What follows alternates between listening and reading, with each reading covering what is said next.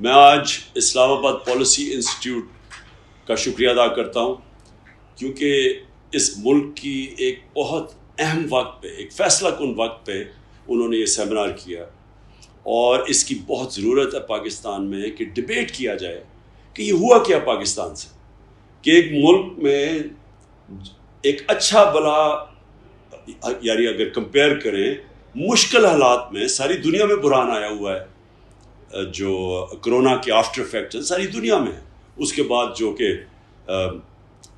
جو commodity super cycle ساری دنیا میں آیا، انرجی پرائسز اوپر چلے گئے، پھر ایکسینچویٹ ہو گیا یوکرین کی اور رشیا کی جنگ سے۔ تو اس میں ایک گورنمنٹ جو ملک کو صحیح معنی میں نیویگیٹ کر رہی تھی، اور وہ ساری چیز کنفرم ہوتی ہے اکنامک سروے آف پاکستان میں۔ گورنمنٹ کی اپنی سروے کے مطابق سارے پازیٹیو انڈیکیٹرز تھے پاکستان کی اکانومی کے۔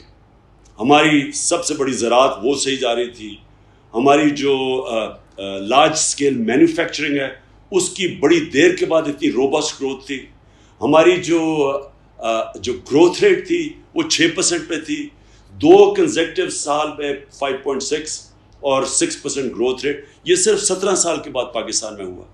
یعنی ان چیلنجز کے باوجود پاکستان ایک صحیح راستے پہ جا رہا تھا، اس کی سروسز گرو کر رہی تھی، سارے ٹارگٹ جو سیٹ کیے ہوئے تھے ان سے آگے بڑھ کے جا رہے تھے، ریکارڈ ٹیکس کلیکشن تھی، ریکارڈ ایکسپورٹس تھی، ریکارڈ ریمیٹنسز تھی، یعنی record number of dollars Pakistan میں آ رہے تھے۔ تو کون سی اتنی قیامت آئی تھی کہ ایک دم ایک گورنمنٹ کو باہر کی سازش کے تحت ہٹایا جاتا ہے اور ملک کا سارا، یعنی جو ملک کی معیشت ہے وہ بھی نیچے ہے اور قیمتیں آسمانوں پہ۔ ہمیں یہ کہا گیا تھا کہ مہنگائی کی وجہ سے جناب یہ حکومت بڑی نااہل ہے، اور ہمیں بتایا گیا تھا کہ یہ ملک کو آزاد کرنا عوام کو مہنگائی سے، اور انہی لوگوں نے وہ مہنگائی کی ہے اب یہ 2 مہینے میں، جو شاید پاکستان کی تاریخ میں 2 مہینے میں اتنی مہنگائی نہیں ہوئی، جو ہم نے 3.5 سال میں مہنگائی نہیں کی وہ انہوں نے 2 مہینے میں کر دی۔ تو کون سی اتنی قیامت آئی؟ پوائنٹ، سب سے بڑا پوائنٹ یہ ہے کہ یہ سازش جو کی گئی، یہ باہر ایک امریکہ کی رجیم چینج کے اور کبھی باہر سے رجیم چینج کامیاب نہیں ہوتی جب تک ملک کے اندر میر جعفر اور میر صادق نہ بیٹھے ہو، ان کے ساتھ مل کے انہوں نے ایک گورنمنٹ گرائی۔ اب یہ کون ذمہ دار ہے اس کا کہ جس طرح کی قیمت یہ قوم ادا کر رہی ہے، عوام کیا ادا کر رہی ہے قیمت مہنگائی کے ذریعے، ہماری معیشت کا کیا حال ہے، اور پھر لوڈ شیڈنگ، بجلی کدھر غائب ہو گئی کہ ہم بھی آئی ایم ایف کے پروگرام میں تھے، 2.5 سال ہم آئی ایم ایف کے پروگرام میں تھے، تو تب کیوں نہیں ایسی مہنگائی ہے؟ یہ سب آئی ایم ایف پہ ڈال رہے ہیں نا، تو ہم اور ہمارے پہ ڈال رہے ہیں، 2.5 سال تو ہم بھی آئی ایم ایف پروگرام میں تھے، تب کیوں نہیں یہ مہنگائی آئی؟ تب کیوں نہیں اتنے برے حالات تھے؟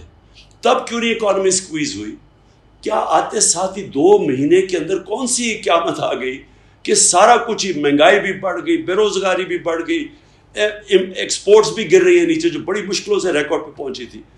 اب ٹیکس کلیکشن بھی نیچے، ابھی ٹھیک ہے، لیکن جب انڈسٹری نیچے جا رہی ہے، جب ہماری ایکسپورٹس نیچے جا رہی ہیں، تو ٹیکس کلیکشن بھی نیچے آ جائے گی آگے جا کے۔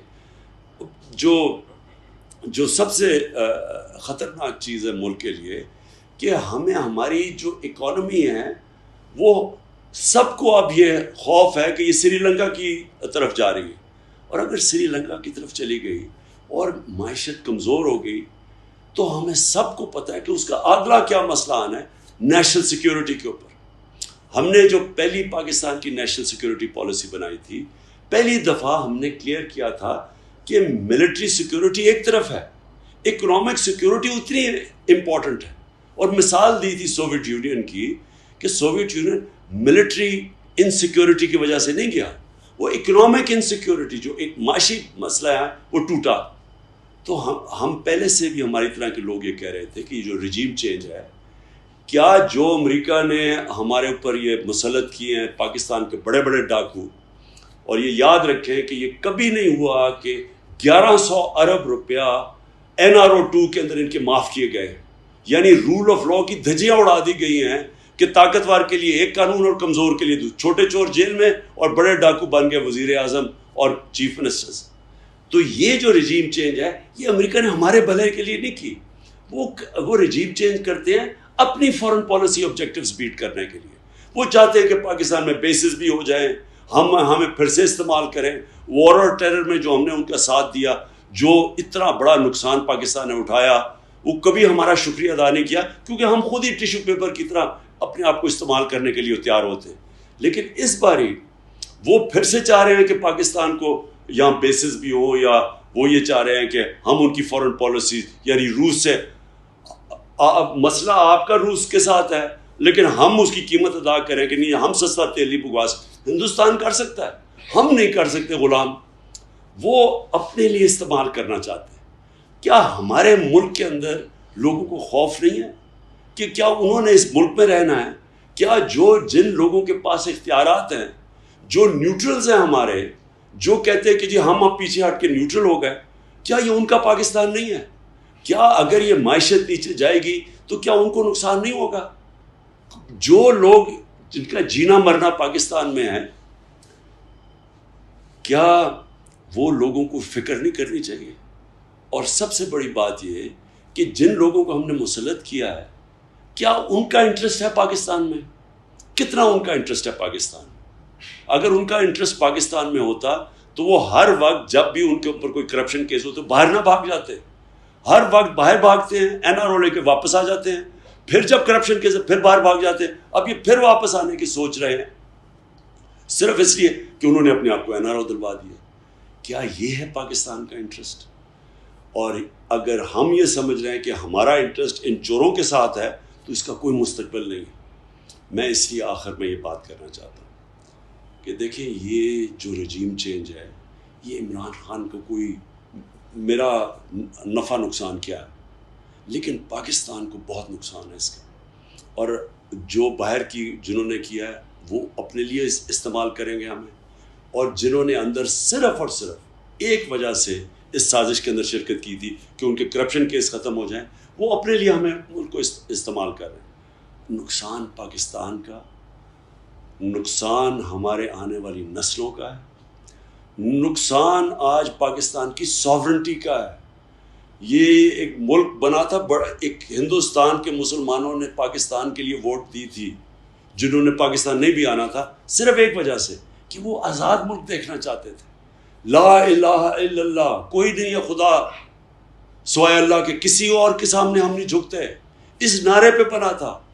آج ہمیں غلام بھی بنایا جا رہا ہے, اور آج ان لوگوں کو اوپر بٹھایا جا رہا ہے کہ اگر ان لوگوں 30 سال سے تو خاندان اس ملک کو لوٹ رہے ہیں, آج واپس ان کو بٹھایا جا رہا ہے. یہ ہمارے ملک کے لیے نہیں بٹھایا جا رہا, یہ ان کے لیے بٹھایا جا رہا ہے جن لوگوں کا کوئی وفاداری پاکستان سے نہیں ہے. تو میں اس لیے اپنی ساری قوم کو آج اس سیمینار کے تھرو میسج دینا چاہتا ہوں کہ ہم وہ کبھی اللہ اس قوم کی حالت نہیں بدلتا. اللہ قرآن میں کہتا ہے جب تک وہ قوم خود اپنی حالت بدلنے کی کوشش نہ کرے. ہم نے اگر اسی طرح چلنا ہے اور ہم نے چپ کر کے تماشا دیکھنا ہے کہ یہ چور واپس جاتے ہیں, پھر واپس آ جاتے ہیں NRO لے کے, اور باہر سے ہمیں کنٹرول کیا جاتا ہے, اس لیے پاکستان نہیں بنا تھا. اور اگر یہی ہوگا تو مجھے افسوس سے کہنا پڑتا ہے ہمارے ملک کا کوئی مستقبل نہیں ہے.